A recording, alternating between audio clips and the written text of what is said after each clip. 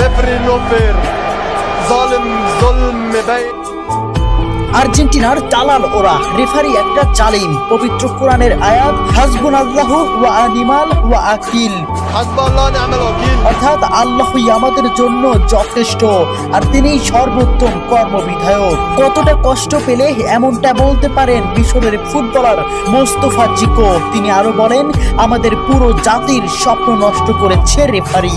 আর্জেন্টিনার দালাল ওরা, রেফারি একটা দেশের পুরো পরিশ্রমকে এক নিমিষেই নষ্ট করে দিলেন। ম্যাচের শুরু থেকেই তিনি আমাদের বিরুদ্ধে কাজ করেছেন।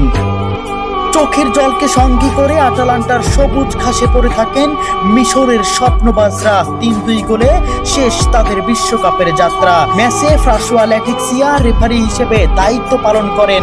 মিশরের একটি গোল বাতিলের পাশাপাশি ম্যাচের শেষ মুহূর্তে মোহাম্মদ সালার একটি ট্যাকেলও এড়িয়ে যান তিনি। দেখার প্রয়োজনও করেননি VAR। জানিয়ে রীতিমতো তুলপাড় ফুটবল বিশ্ব।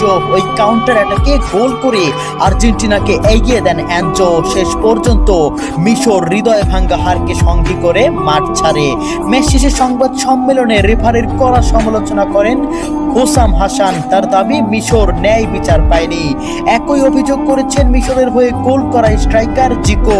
মাঠেই সাক্ষাৎকার দিতে গিয়ে কান্নায় ভেঙে পড়ে রেফারির বিরুদ্ধে তীব্র ক্ষোভ প্রকাশ করেন এবং তাকে জালিম বলে আখ্যাও দেন।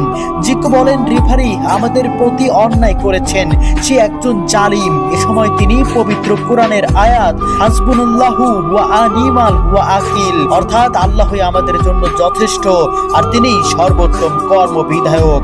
একজন মানুষ কতটা কষ্ট পেলে এমনটা বলতে পারেন। এছাড়াও তিনি বলেন, রেফারি একটি পুরো জাতির পরিশ্রম নষ্ট করে দিয়েছে। সাক্ষাৎকারের একেবারে শেষ দিকে জিকো আরো গুরুতর অভিযোগ তুলে বলেন, এই শিরোপা আর্জেন্টিনার দিকেই পরিচালিত হচ্ছে।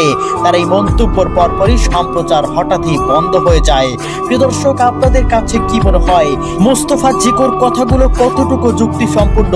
কেন বন্ধ করে দেওয়া হলো সম্প্রচার? কমেন্ট বক্সে অবশ্যই আপনাদের মন্তব্য